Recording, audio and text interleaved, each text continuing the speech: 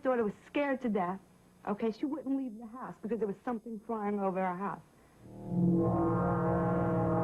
We thought it was the end of time. When I regained consciousness, I was on board of this, apparently on board the spacecraft, and I encountered two different types of beings. We have photographs, we have films, we have expert witnesses. What more do you want? We could prove that these objects exist. We're past the point of proving they exist. The question now is, why are they here, and what do they want? Unidentified flying objects, UFOs. Are they spaceships from other worlds traveling through our galaxy, or are they something else? So far, we cannot escape our own solar system. Our technology has placed man no further out than the moon. If we can't travel to them, can they be coming to us? The American government says no. Despite films like this, they say it's physically impossible, so they've closed all their official investigations of UFOs. That was a fallacy. 69, they claimed to the public that they closed the doors, and they didn't, because the document shows that they continued on gathering information. So that was an out-and-out lie. Under the Freedom of Information Act, some Americans petitioned the government for the release of top-secret UFO documents. These documents, they claim, suggest a cover-up, a cosmic Watergate. All we want to know is what's going on. We want the government to tell us the truth.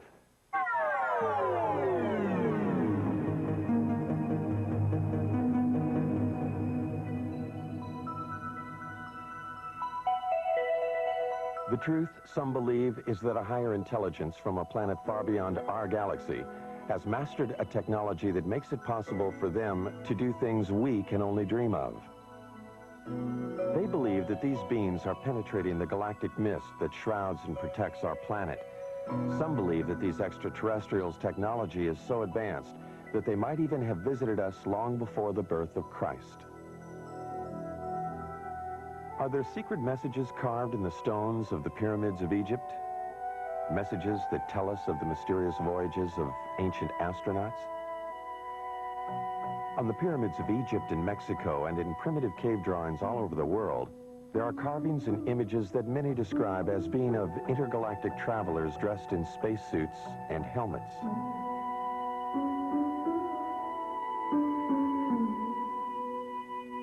Early Romans wrote about flying shields, ancient Egyptians about circles of fire in the sky. Are these references and these drawings about spacemen or about the gods they worshipped in the heavens above?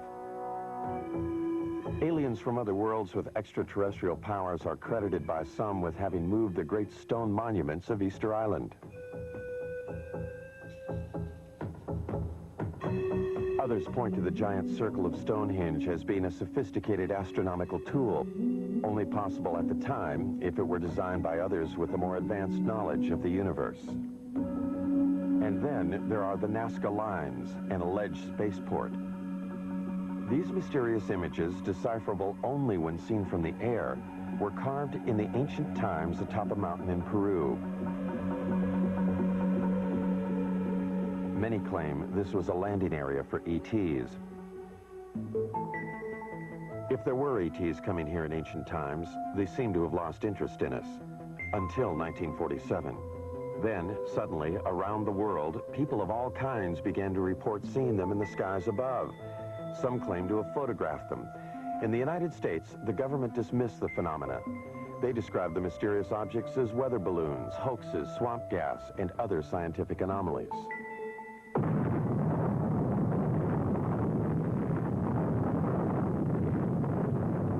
World War II had just ended. A new age had begun at the Alamogordo Flats of New Mexico. The atomic bomb had unleashed an energy that some believe would take us beyond the stars. Reason enough, some say, for those higher intelligences who dwell in other worlds to return for a second look at us Earthlings. They would have to look beyond the shadows of our mushroom clouds. They would need to know what our universal intentions were. In the years after the war, Navy and Air Force pilots regularly reported sightings of UFOs. Repeatedly, these sightings were dismissed by the military. One pilot, Captain Thomas Mantell, radioed he was pursuing a UFO. The saucer-shaped craft, he said, was moving at speeds unknown to man. He pursued the craft until his own plane exploded in midair.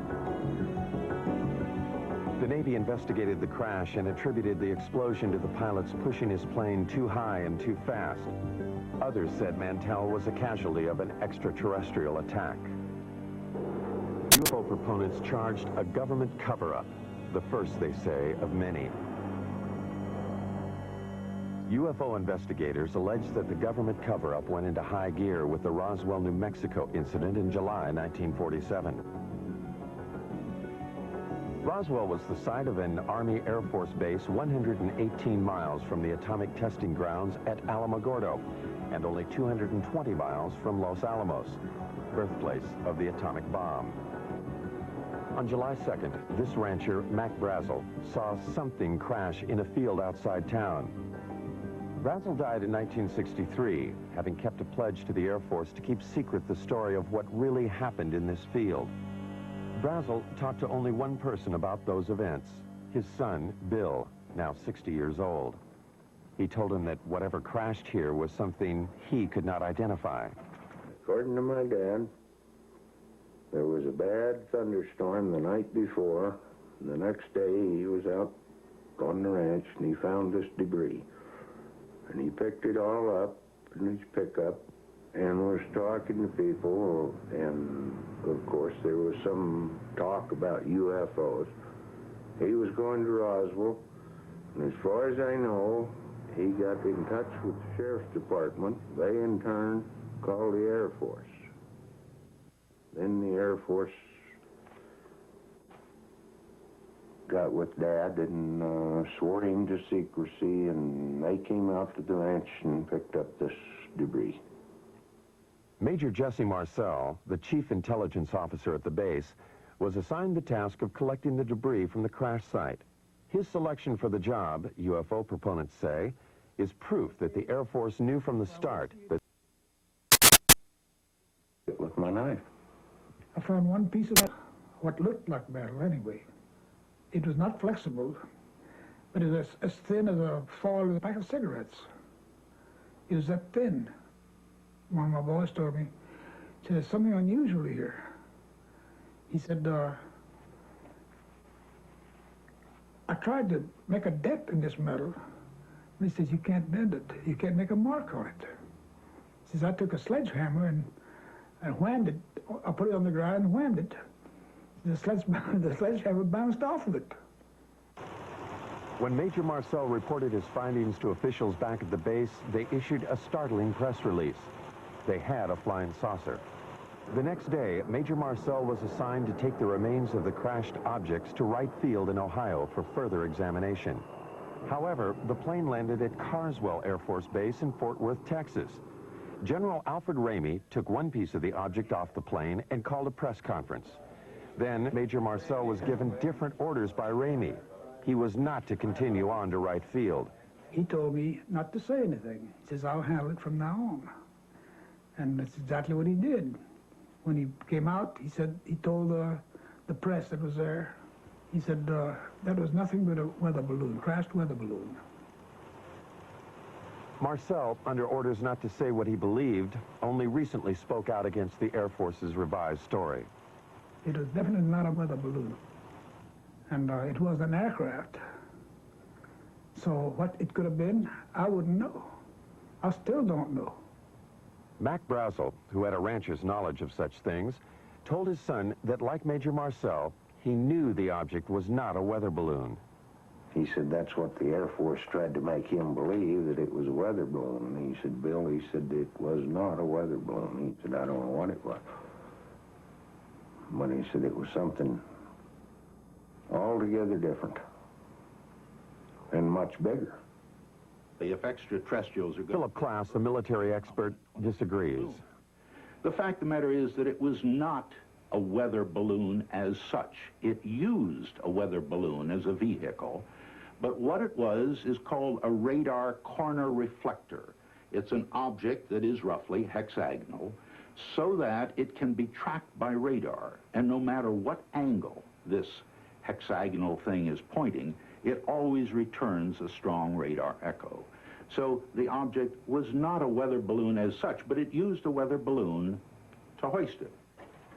If the object were only a weather balloon, UFO proponents say, then why did the Air Force pledge Mac Brazel to secrecy? And why did the Air Force pursue his son in the months that followed?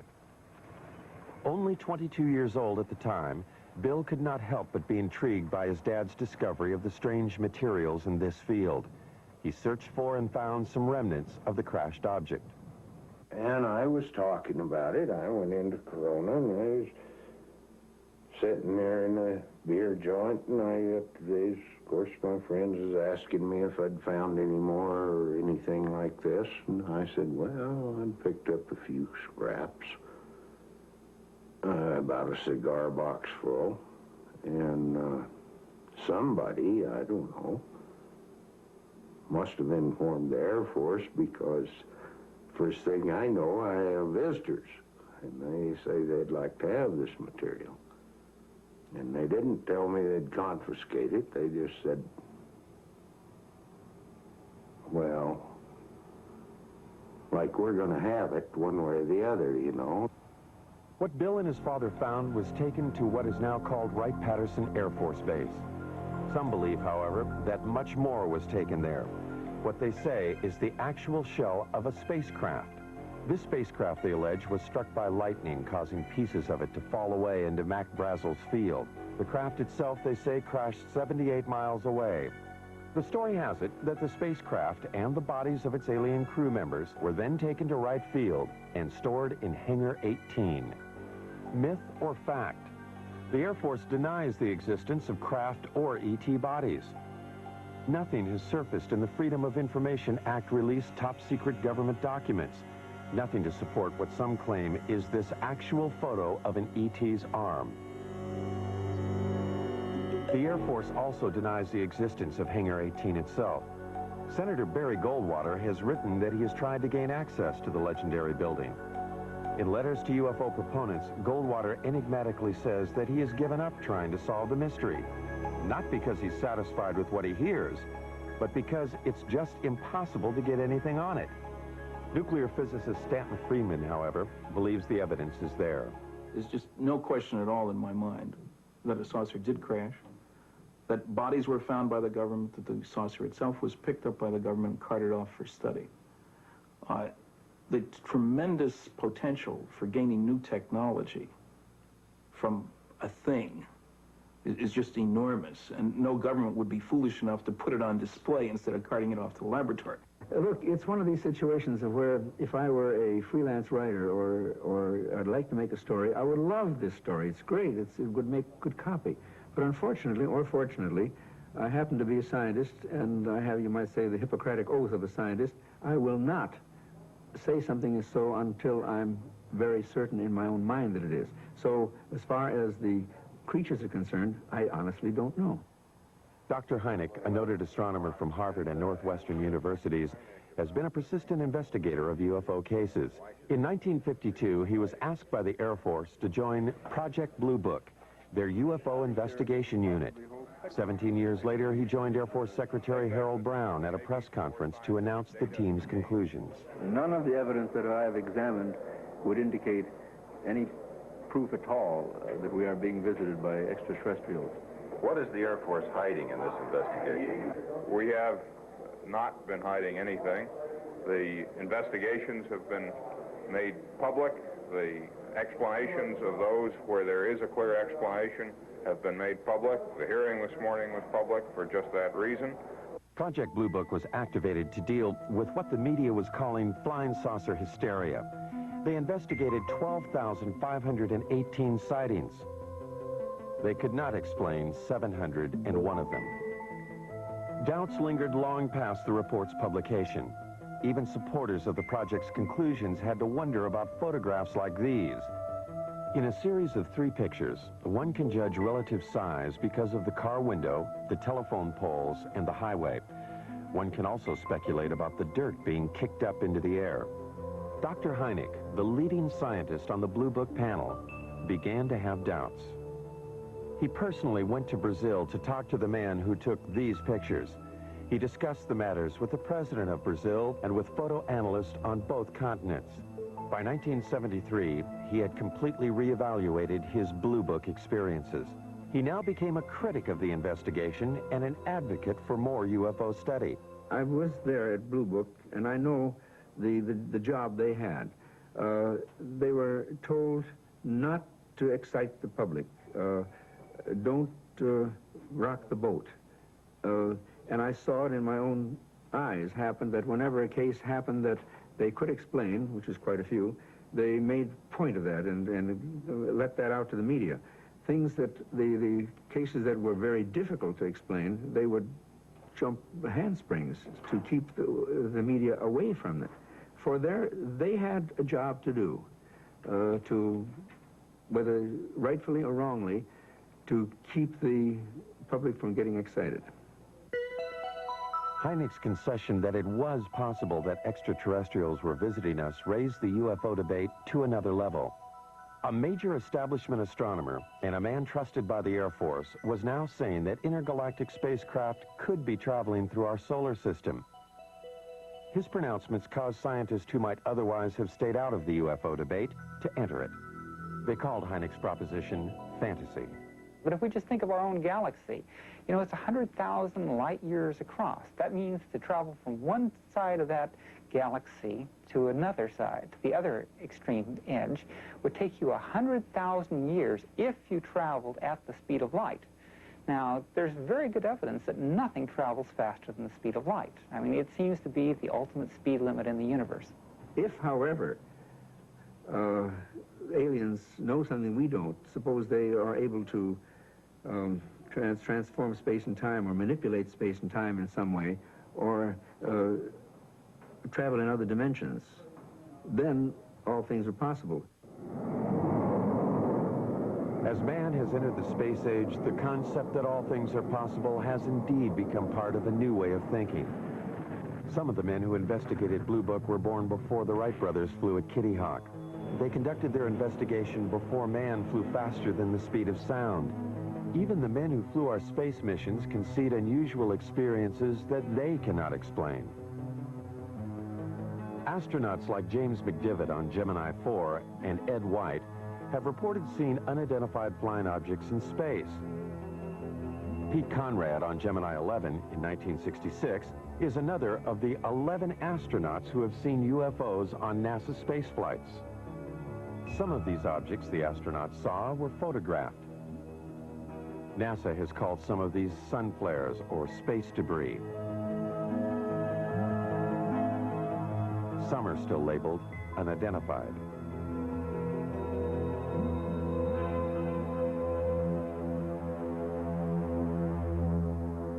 Astronaut Gordon Cooper was so impressed with an unidentified flying object he saw that he wrote about it to a special United Nations commission studying the phenomena.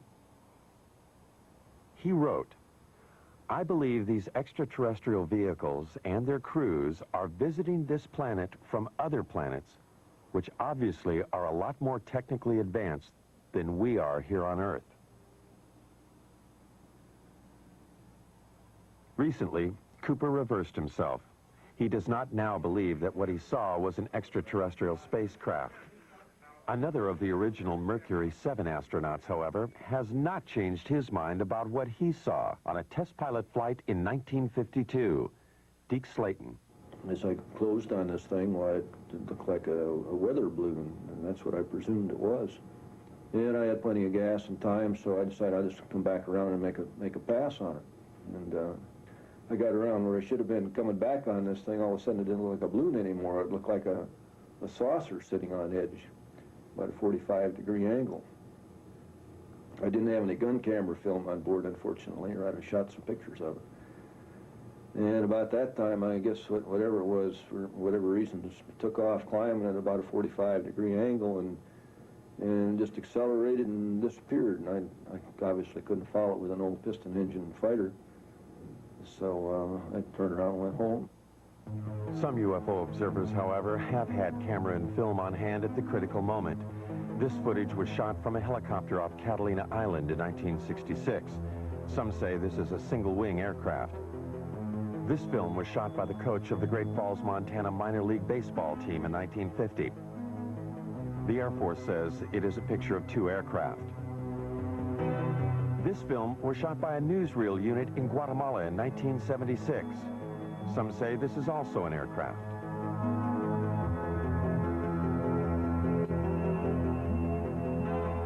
This film was taken by a Navy cameraman on vacation in Tremonton, Utah in 1952. The Air Force speculates that these are seagulls. Dr. Hynek disputes the Air Force's explanation of these films. This, plus his feelings about the eyewitnesses, helped change his mind. I began to get certain doubts because not so much of any specific case, although there were quite a few, it was the people themselves. I said to myself, well, now, come on, how much longer am I going to call these people crazy?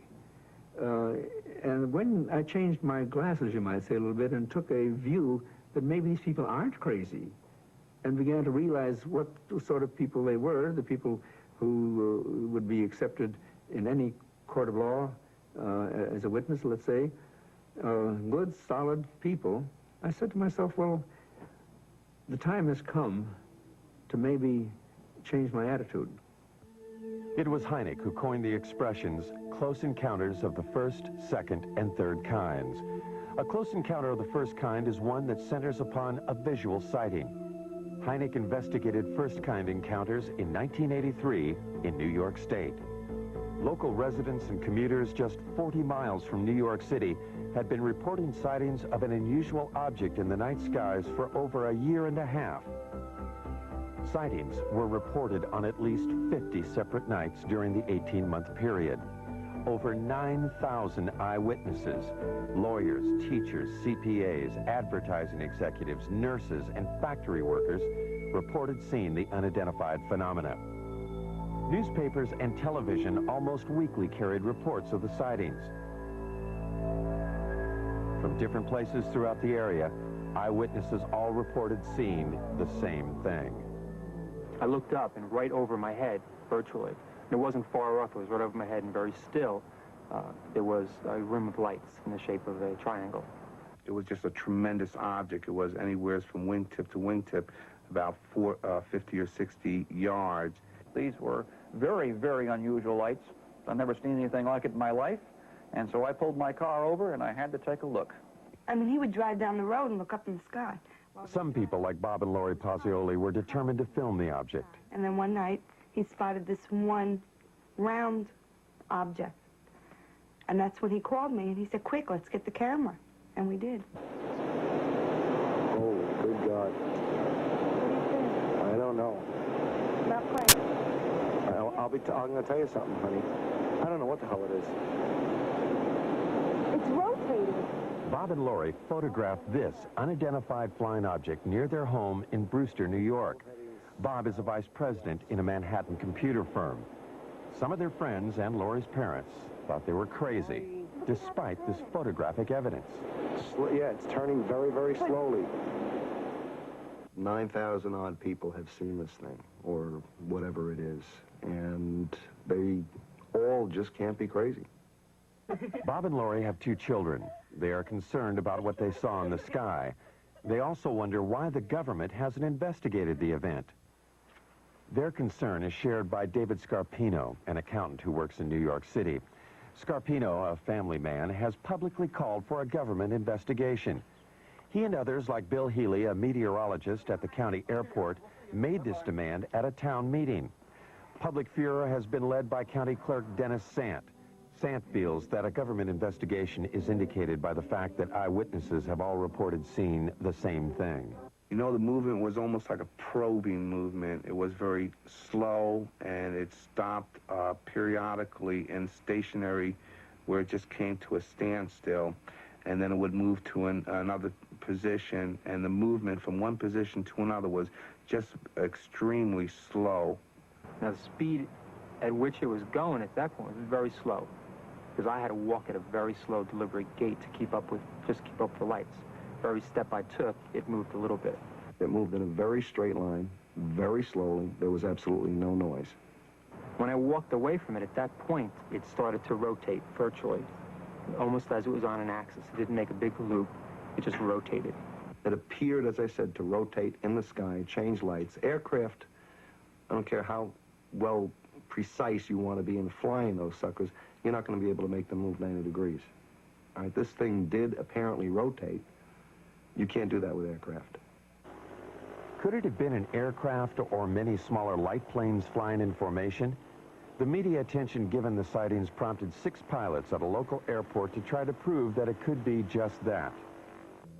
Amused by the idea of UFOs, the pilots planned and flew at least 18 daring nighttime missions, flying in formation, sometimes without lights.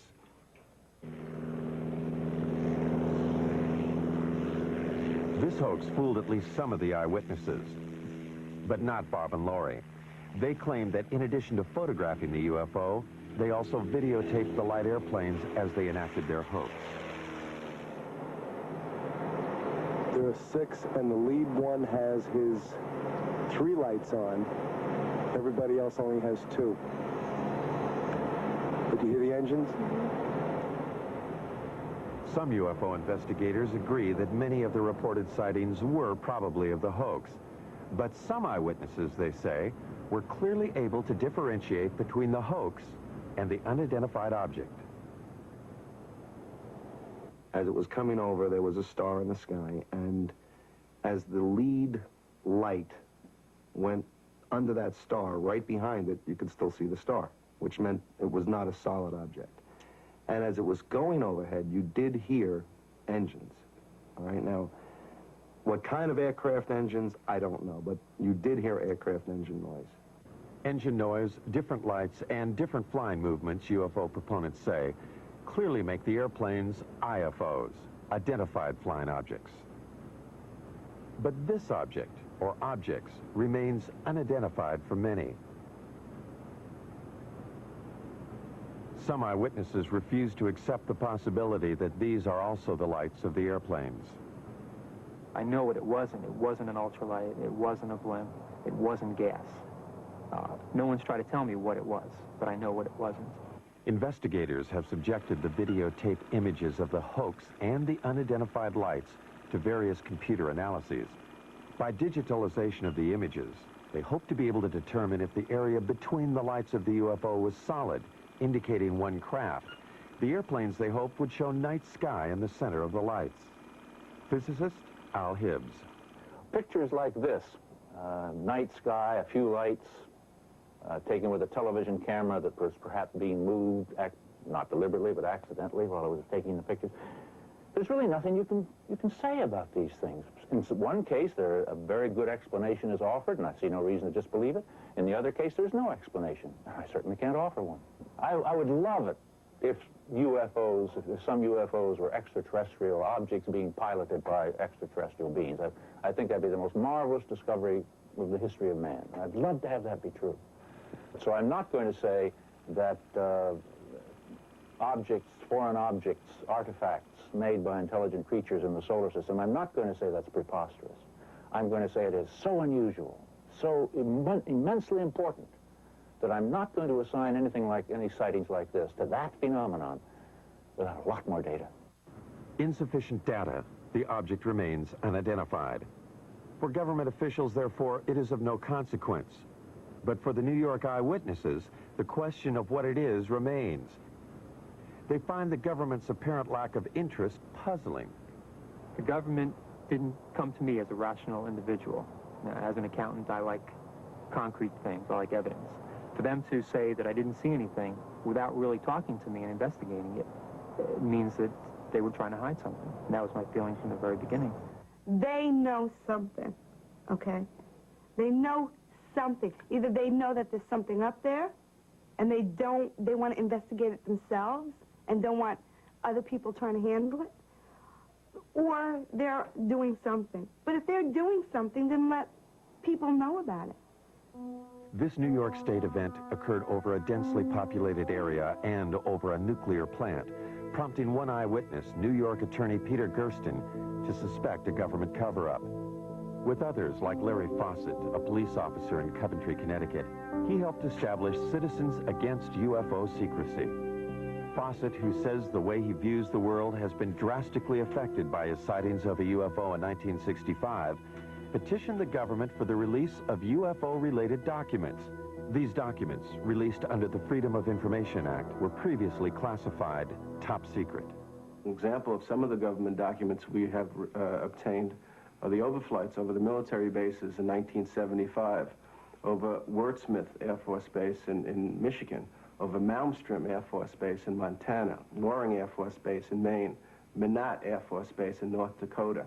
Over a period of 6 weeks, unusual, unknown, unidentified objects were traveling at exceedingly quick and fast speeds. What's interesting is that even to this date, the government has not acknowledged that it was able to identify any of those objects. The documents do state that there were confirmed sightings at all 4 bases in October and November 1975. The first sighting was at Loring Air Force Base in Maine. Loring, like the other bases, was a Strategic Air Command installation. The documents do not state, however, that these objects were alien spacecraft.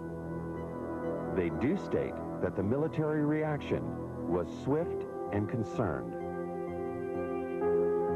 At Loring, there were 2 separate events. Something unidentified appeared in the night sky above the weapons storage area.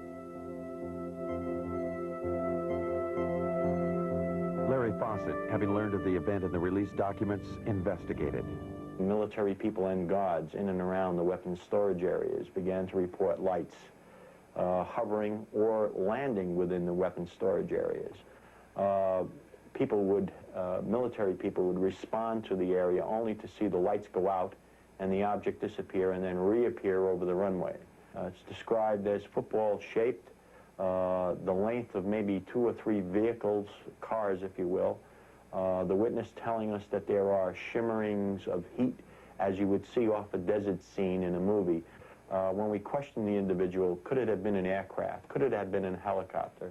The military person, and I'll give you his name, Steve Eichner, telling us, no, I know what helicopters look like. I've been around aircraft. I work on aircraft. This is something I've never seen before. The official records, which I quote in my book, indicate that on the first night, it certainly was a helicopter. It was described as a helicopter. Now, if the officers on the base, experienced pilots, if they don't know a helicopter, and we have to depend on some GI who's not a pilot, who comes forward not at the time, but years later, he claims to have been there and claims it was not a helicopter. Again, let's go on the official records. It is the official records that Fawcett uses to substantiate his claim that helicopters could not be the explanation. The military response at all 4 bases, he says, was too dramatic. From our documentation, we know of pursuits that occurred, scrambling of aircraft from Loring Air Force Base, and the chases went up into the Canadian territory, if you will, only to be lost around New Brunswick somewhere up in that area. There's no question there were overflights of unknowns, sometimes referred to as helicopters, but if you talk to the people, read the official government statements, it's clear that they were concerned, that there were scrambles of jets to go after these things, that they were being observed by highly qualified people.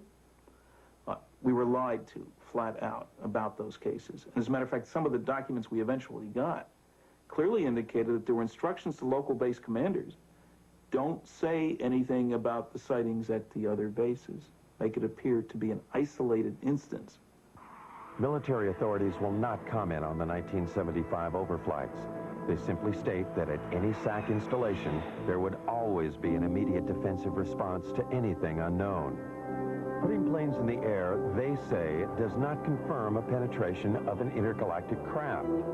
Citizens Against UFO Secrecy, however, refer to other documents they've gotten released by the Pentagon to prove their claims. In May of 1985, we've gotten a document that was classified top secret in 1948, and about a month after its release to the other agencies, its distribution, it was ordered, recalled, and destroyed, each and every copy. One copy was kept, and it has remained top secret, classified top secret for the last, 40 years almost. And in the document, the government acknowledges back in 1948 the existence and reality of the objects. The official military position about any document issued before the Project Blue Book investigation is that Blue Book later explained them. This includes a startling document written by a Canadian. Wilbert Smith stated flat out in his top secret memo, and I think it was declassified by mistake, frankly, that this is the most classified subject in the United States, even more so than the H-bomb, and that flat out, flying saucers exist. This is the opinion of one man, a Canadian officer, in 1947.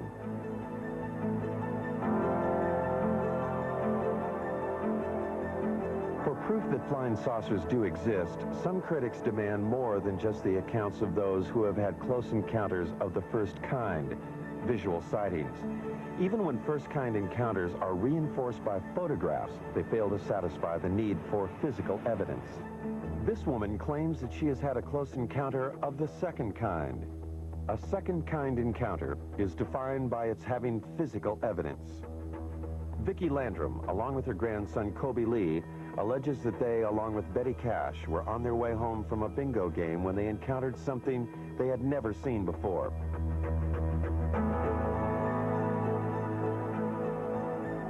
The alleged event took place on December 28, 1980. Vicky and Colby were driving in Betty's car on Highway 1485, 30 miles from the Houston airport, and only 37 miles from NASA's American Space Headquarters. Kobe Lee saw a light, and he kept asking us what the light was. And he kept pulling my face around and asking me, "Mama, what is it?" And I said, "Honey, I don't know." And Betty said, "I believe it's getting closer." And I says, "Well, it kind of looks like it," but we had no idea that we were going to get hurt. I would say within an instant or so, all of us noticed it because it lit up the entire sky. There was no way you could have missed it. It looked like the woods were being set on fire. And inside the car, it was so hot till my handprint is yet on the dashboard of Betty's car. They got out on their side of the car. I stepped out on mine. I stood behind the car door for just a second or so, and I walked toward the front of the automobile. I stood there for just a short time, I don't know how long, trying to see what I could figure this object out to be. It was diamond-shaped. It didn't mean it was sharp up here and sharp down here. It was kind of round, and the fire come out the bottom of it. But here was this huge object and flames shooting from it. And they weren't just small flames. They were gushing from it. And Kobe was hanging on to me. And he was trying to get, he started pulling away from me, and I pushed him back in the car, and I got inside the car and put my arm around him and hugged him up real close to me. We thought it was the end of time. I says, Kobe, don't be afraid. I said, if you see a man, it'll be Jesus. And I said, he will come to carry us to a better place. He will not hurt you. It was just burning. It was just too much heat. I could not tolerate it. So Vicky screamed and begged for me to get back in the car. Well, I did, but I had to use the end of my leather jacket in order to open my car door to get back in. That's just how hot it was. And when the object lifted and slowly moved over to the right of us, her and Kobe saw some helicopters. There were so many of them, it sounded like a tornado. And we counted 23. I counted 22, really. But Kobe said, there's one more. And I said, yeah, baby, that makes 23.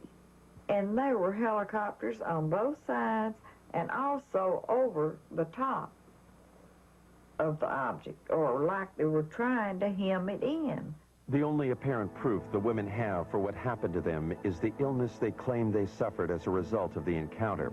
It is the record of these illnesses that made this an encounter of the second kind. My eyes were burned so till they were swelled and they were tearing till I could lay down at night, and the next morning my pillow would be completely wet, and I couldn't hardly see anything.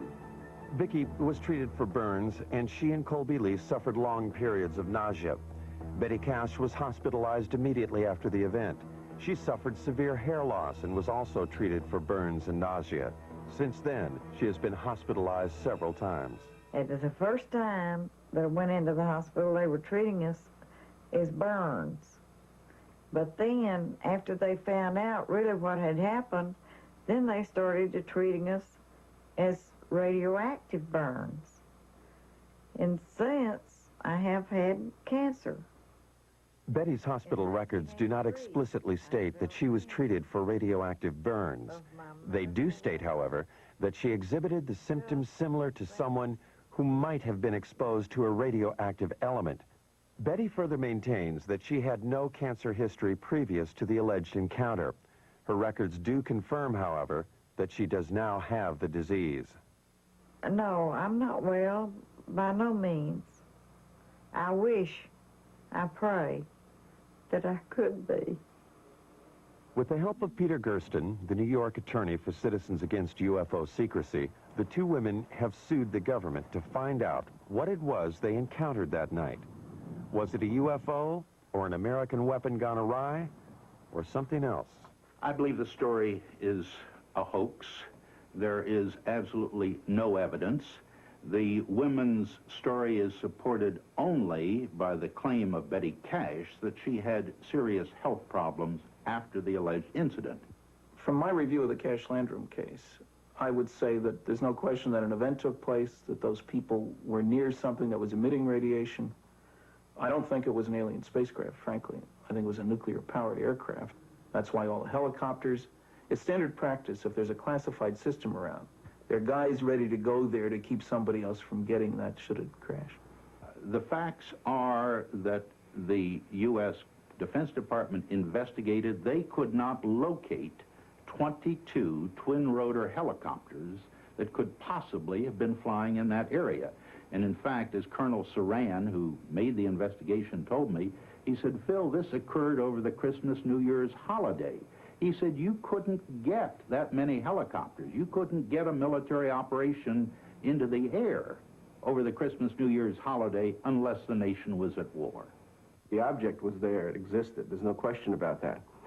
What's interesting is that for the first time, the government has suggested that it wasn't theirs, that it was possibly a true UFO. And nowhere has the government ever admitted, other than this basic document that we've gotten from 1948, that UFOs exist. I love this country and for all it stands for, but I wish they would tell us the truth. If extraterrestrials are coming here, what do they want? Are they coming here just to observe us, or are they making actual contact with some of us? Contact with an alien is what Dr. Hynek calls, and what Steven Spielberg has celebrated in the movies, as a close encounter of the third kind. Charlie Hickson says he's had such an encounter. These things, evidently, they're coming from another world somewhere. I don't know what message they have for us or what they intend to help us, but certainly they're not going to harm us because they didn't harm me. Charlie Hickson's alleged abduction aboard a UFO in 1973 followed the story of Betty and Barney Hill's abduction in Exeter, New Hampshire in 1961. A most recent claim of a close encounter of the third kind occurred not in the backwaters of Mississippi, but in the heart of New York City. Rosemary Osnato. Suddenly I hesitated, or I couldn't seem to put the key in the door. And I just turned around and wanted to go up to the roof. And this seemed rather odd because you just don't do that in New York. You don't go up on the roof at 1 o'clock in the morning. It's just not something you do. And yet I was doing it. And there seemed to be a very bright light that was shining in the hallway. And I thought this was moonlight at first, you know, and apparently it wasn't moonlight, because when I got up there, there was a very bright light up on the roof. And then it went out for a few seconds. And then it came back on again. And I was just lifted, physically lifted, in that beam of light. When I got into the craft, I was led by a group of, I guess, more than one, group of grayish-skinned, small men or women, I don't know what they were, but large eyes, thin, frail, and they communicated telepathically. 19-year-old Travis Walton of Snowflake, Arizona, claims he encountered similar aliens in 1975. Walton was, in his words, zapped by a blue light when the spaceship appeared when he was working in the forest. When I regained consciousness, I was on board of this, apparently on board this spacecraft, and I encountered two different types of beings. The first type of creature I saw was about 5 feet tall. They were very white-looking. Their skin was very pale, and they didn't have any hair on their heads, and they had enormous eyes. There was a type of being there that, you know, anyone else would consider to be look very human-like. Walton was found on a roadside 5 days after he disappeared from the forest. He could, however, recall only what seemed like an hour of time passed. Time, he claims, he spent aboard an alien spacecraft. Now 29, he reflects on that experience. I lost my job. The effects were quite negative. You know, time lost. You know, it's a very disturbing thing in my life. A lot of negative publicity, really. You know, this is a kind of a stigmatizing thing for people to, you know, consider you. You know, a certain percentage of the people think that you're wacko. What Travis Walton and others claim they have experienced has, according to some, now been validated by government documents. About to join the literature of third-kind encounters is the startling tale of an alleged landing of a spacecraft outside an American Air Force base in Rendlesham, England. The American military admits they are still withholding 6 documents. In the Bentwaters case, we have an eyewitness, which is rare. We have an audio tape made at the time of the actual event. We have a government document which corroborates the existence of the incident. The government has no reason to withhold the information. The UFO is said to have crashed in the Rendlesham Forest in an area 2 miles from the American military installation. Released Air Force documents confirm that military personnel were dispatched to the site on the first night. They reported seeing the lights of the mysterious craft. On the second night, after Geiger counter readings indicated increased radioactivity in the area where it seems something could have landed, the commanding officer of the base, Colonel Charles Halt, along with several officers and enlisted men, also reported seeing the UFO. Halt wrote this document reporting the sighting. It clearly indicated the presence of a strange glowing light that illuminated the entire forest. It tells of pulsating red and blue lights and of the objects disappearing.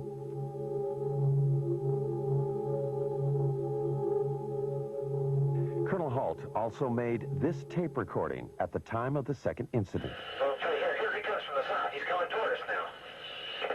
I'm observing what appears to be a beam coming down to the ground. This is unreal. What Colonel Halt was describing that night, some believe, was the pulsating light emanating from a lighthouse 5 miles away. Those who believe that it could not have been the lighthouse quickly point out that Halt's report indicates lights of different colors. Critics respond that pulsating lights can play tricks, create illusions. And the light comes in at you at a roughly tree level. And it turns and it rotates, so it's flashing on and off. If you look at the transcripts of the taped account of what the colonel and his men said that night, you'll find that they were saying such things as, it's on now, it's off, it's on, it's off, if I remember correctly. And that sequencing corresponds precisely with what the rotational frequency is for the lighthouse. The lighthouse theory deals only with a close encounter of the first kind. What of the close encounter of the third kind? The story told later by several American enlisted men. The story, they say, they were ordered not to tell. Afraid to reveal his identity, one of them talks about the alleged encounter. The senior officers seemed very calm with it. And the lower ranking people like myself didn't know what to make of it, and almost maybe shock had set in because we were very apt to listen to what we were told to do. I know conversation took place between our base commander and individuals that were in the craft. Our base commander at that time apparently even shook one of their hands.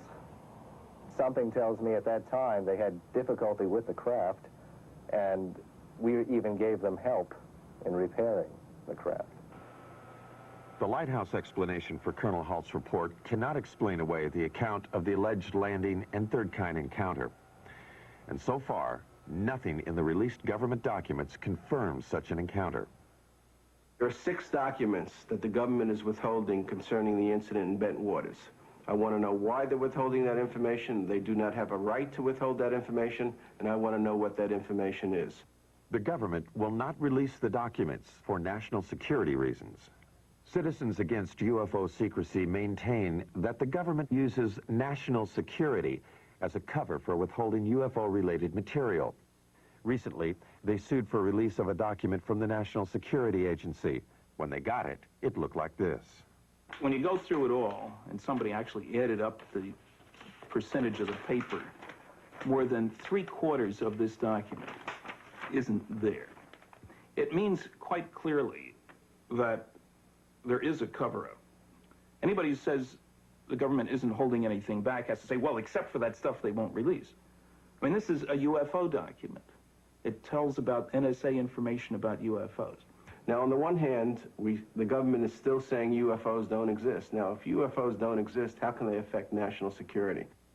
The government maintains that what is in the censored and unreleased documents is information that does not support the existence of extraterrestrials, but rather information that, if released, would compromise our own intelligence network.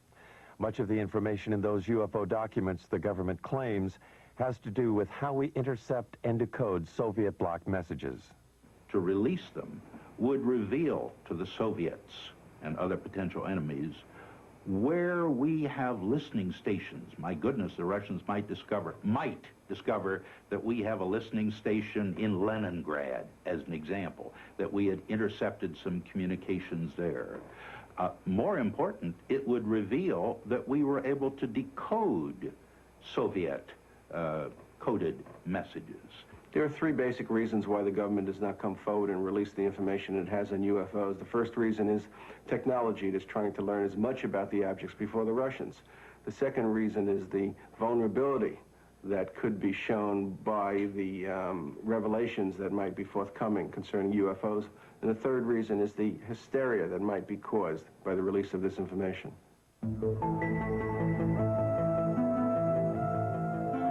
Are these spaceships from other worlds? Are we being visited by intergalactic aliens with a technology and civilization that dwarfs ours? Most scientists say no, they are not, because they cannot. UFO proponents say they are, that our myopia prevents us from seeing life elsewhere as being different from ours. I think one should also point out, as Arthur C. Clarke has said, that when we look for life elsewhere, we should not look only for life as we know, but life as we don't know. And he went so far as to say we should even look for life as we can't understand it. We are now only beginning to free ourselves from the gravity that binds us to our own planet. A new generation of Americans, those born in the space age, demand new answers to old questions. More receptive to the possibilities, they want to know, are we being visited by intergalactic travelers? They have joined their voices to others asking, what's going on? Is there a government cover-up? Do the unreleased documents contain evidence that proves that UFOs over our nuclear plants and air bases are actually from other worlds, or are they from earthly neighbors? Most scientists agree that there is life in the universe, but that it cannot travel here. They hope only to communicate with that life with giant radio telescopes. These scientists believe that what is being hidden in the government documents is probably not secrets of other worlds, but the secrets of an earthbound Cold War. Either way, we want to know.